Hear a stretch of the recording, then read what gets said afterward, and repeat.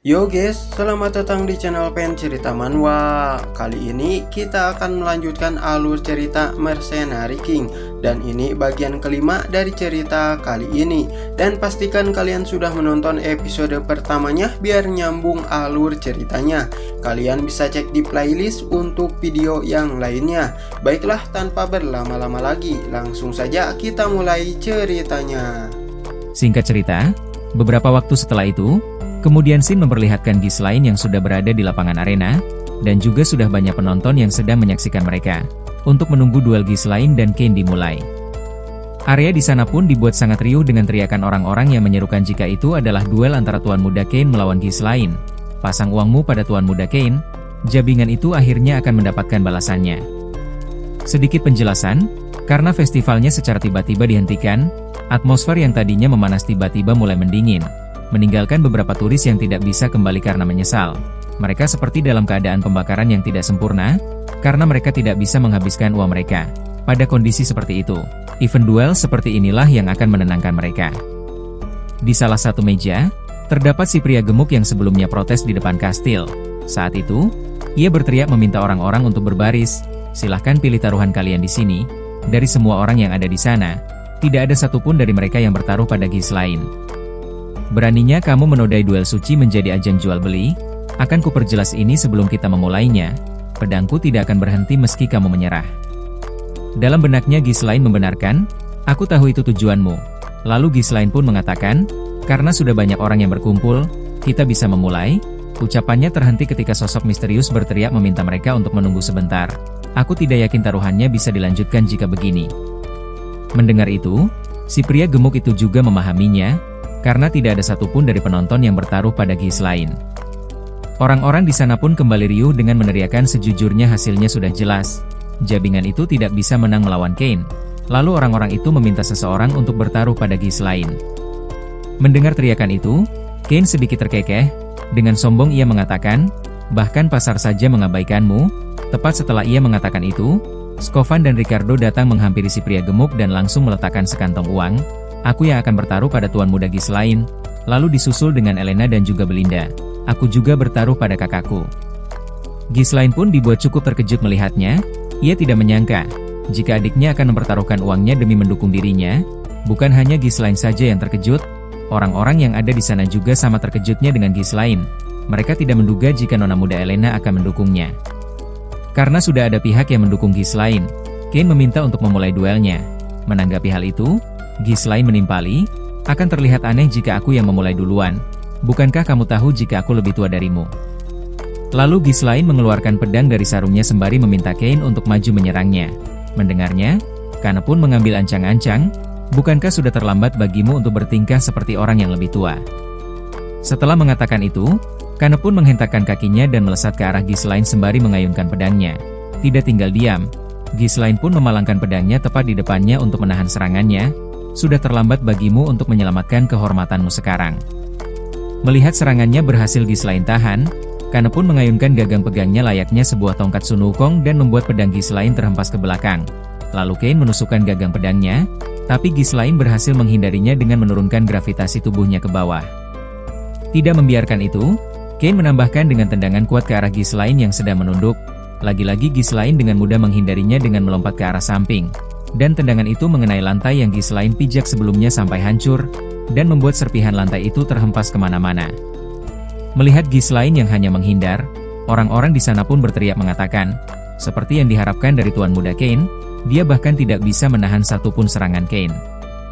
Di sisi Belinda, ia mulai merasa cemas, ia merasa khawatir pada Ghislaine. Ia takut jika Ghislaine terluka akibat duelnya ini. Ia pun bertanya-tanya apa yang harus mereka lakukan. Apa kita harus menghentikan mereka sekarang juga? Sedangkan di sisi pria misterius, ia tersenyum senang. Sudah terlambat untuk menghentikan duel ini, tidak peduli siapapun lawannya. Saat mereka memutuskan untuk melawan Kain, mereka sudah terjebak. Lawan yang tidak berdaya menghadapi kekuatan besar itu, akan mulai berpikir bahwa mereka tidak bisa melawannya. Akhirnya mereka akan berusaha untuk menghindarinya saja. Pada akhirnya, saat lawannya kelelahan karena menghindari semua serangannya, mereka akan membuat celah dan membiarkan ajal menjemput mereka. Kain selalu menang dalam pertarungannya dengan cara seperti itu. Begitulah isi pemikiran dari sosok misterius itu. Kembali ke sisi pertarungan, Terlihat, saat itu Kane memberondoli Ghislaine dengan serangannya. Namun, setiap serangan yang Kane lesatkan, tidak ada satupun yang berhasil mengenainya. Rupanya kamu sangat licin. Sepertinya kemampuanmu memang telah berkembang. Semua jadi masuk akal. Kenapa kamu selalu pandai melarikan diri sejak dulu? Ujar Kane dengan penuh kepercayaan diri. Saat serangannya kembali meleset, Kane langsung memutar pedangnya dan menjadikan gagang pedang sebagai sabit. Tapi serangan mendadak itu berhasil Ghislaine tahan dengan memalangkan pedangnya di samping tubuhnya. Dentingan dari peraduan kedua pedang itu bergema di sana. Tidak berhenti di situ saja, Kane menarik lurus pedangnya, sehingga pembatas gagang dan pedangnya mengenai tubuh Ghislaine dan membuatnya terlempar ke udara. Orang-orang yang menyaksikan itu dibuat sangat terkejut melihatnya. Mereka menduga jika itulah akhir dari pertarungannya. Riccardo pun sampai berteriak memanggilnya dengan penuh rasa kekhawatiran. Sedangkan sosok misterius itu menyeringai, ia merasa sangat senang karena misinya sebentar lagi akan selesai. Sudah berakhir, ini akan menjadi akhir dari hidupmu, gumam sosok misterius itu. Namun, di saat Ghislaine melayang itulah, ia segera mengeluarkan auranya dan memfokuskan pada kakinya. Seketika lesatannya terhenti di udara, lalu Ghislaine pun meluncur kembali ke lapangan dengan penuh kesetabilan. Sebelumnya aku ingin bersikap lembut padamu, tapi kamu sudah melewati batas, ujar Ghislaine dengan dingin. Setelahnya, Ghislaine pun melesat dengan kecepatan tinggi sembari bersiap dengan pedangnya, dan lalu memukul perut Kane dengan gagang pedangnya. Swordsmanship yang bodoh itu, kamu pikir kamu adalah yang terkuat karena lawanmu ketakutan saat kamu menunjukkan sedikit kekuatanmu. Hahaha, lucu sekali, izinkan aku membuka matamu. Merasa terhina dengan ucapan yang Ghislaine katakan, Kane pun segera mengayunkan pedangnya ke arah Ghislaine. Dengan santai Ghislaine memutar tubuhnya dan menghentikan serangan itu dengan kakinya, lalu melompat dan berputar-putar di udara. Saat gravitasi menariknya ke bawah, Ghislaine memberikan beberapa sayatan dangkal pada lengan Kane. Kane pun menjadi sangat kesal dengan apa yang Ghislaine lakukan. Ia merasa jika dirinya sedang dipermainkan. Lalu ia pun menusukkan pedangnya dengan kekuatan penuh. Akan tetapi, lagi-lagi Ghislaine dengan mudah menghindarinya dengan melompat ke atas dan lalu mendaratkan kakinya di atas pedang Kane dengan sangat kuat. Tidak berhenti di situ saja, Ghislaine juga langsung menebas leher Kane dengan cepat dan akurat. Orang-orang di sana pun dibuat sangat terkejut dengan hal itu. Matanya terbelalak merasa tidak percaya dengan apa yang mereka saksikan. Apa yang barusan terjadi? Kemampuan Ghislaine berkembang dengan pesat. Apa artinya dia akan memenangkan duelnya? Orang-orang itu pun merasa jika itu adalah hari kesialan mereka, karena mereka telah bertaruh pada Kane. Sedangkan di sisi Elena, ia merasa sangat bangga pada kakaknya. Sembari memusungkan dadanya, Elena menyombongkan kakaknya yang sangat kuat pada Belinda. Belinda pun hanya terdiam membatu dengan mata yang terbengong keheranan. Dalam benaknya ia mempertanyakan, sejak kapan Ghislaine menjadi sehebat itu? Namun berbeda dengan sosok misterius, ia sangat terkejut menyaksikan hal itu.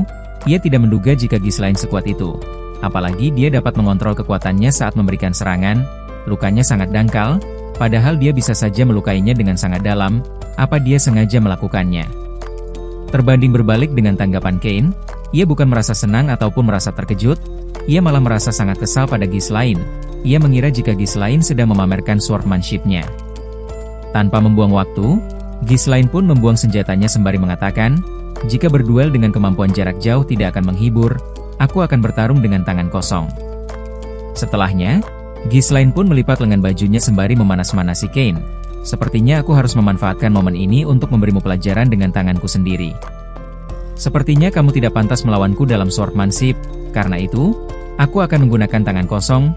Lalu Ghislaine pun mengajak Kane untuk duel dengan tangan kosong. Kamu pandai dalam hal ini bukan?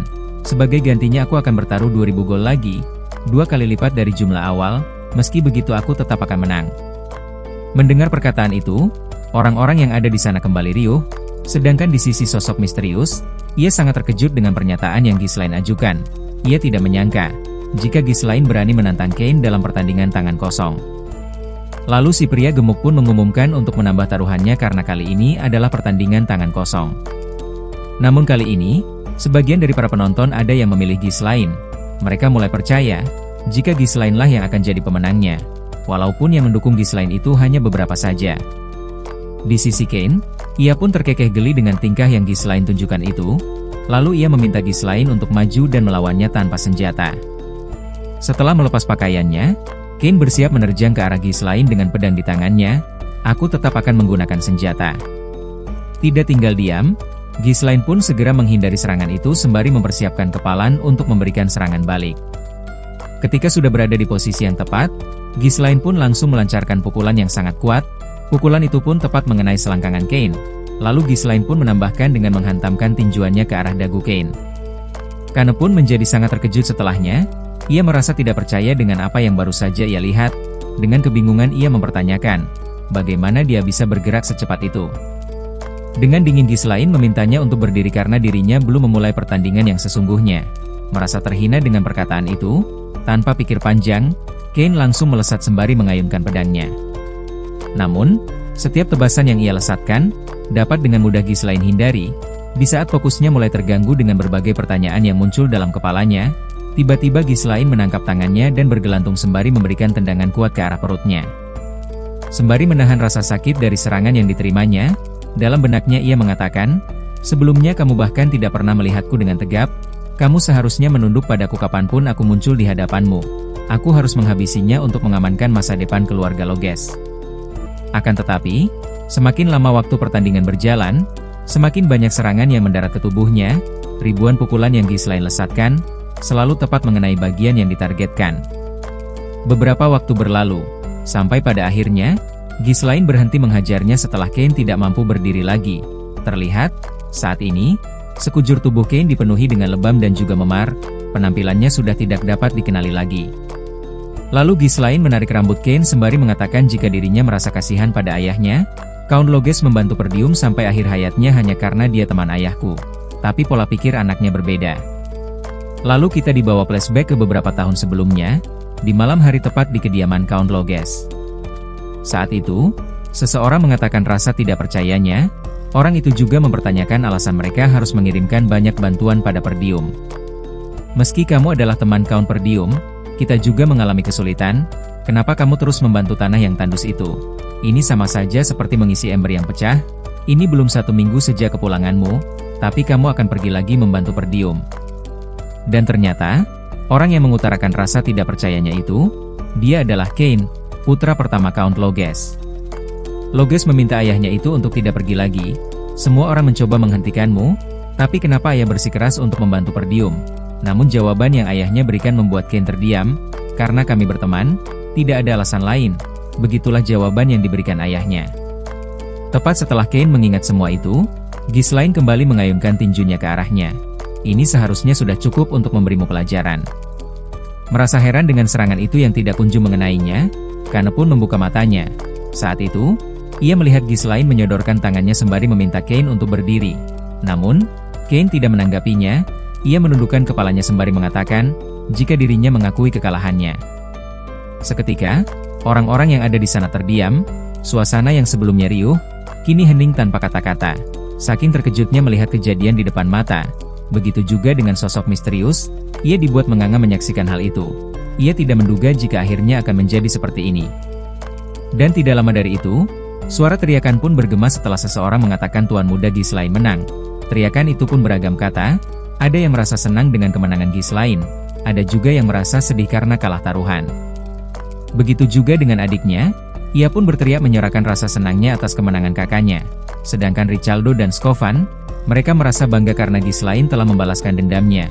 Namun di sisi Belinda, ia dibuat terbengong dengan kemenangan itu, ia tidak menyangka, jika Ghislaine akan memenangkan pertarungannya. Kembali ke sisi Kane, saat itu, sosok misterius itu berlari ke arahnya dan lalu berteriak mengatakan, kenapa kamu mengakui kekalahanmu dengan cepat, hanya karena kamu sedikit dirugikan, apa yang kamu lakukan, padahal aku percaya padamu.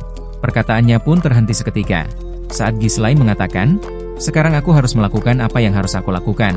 Pria itu pun merasa bingung dengan apa yang sebenarnya Ghislaine rencanakan. Setelah itu, Ghislaine berteriak memberitahu semua orang, jika orang di depannya akan membelikan makanan dan minuman bagi semua orang yang ada di sana. Dengan sangat terkejut, sosok misterius itu menghampiri Ghislaine sembari memintanya untuk menarik kembali kata-katanya. Aku tidak menerima hal ini.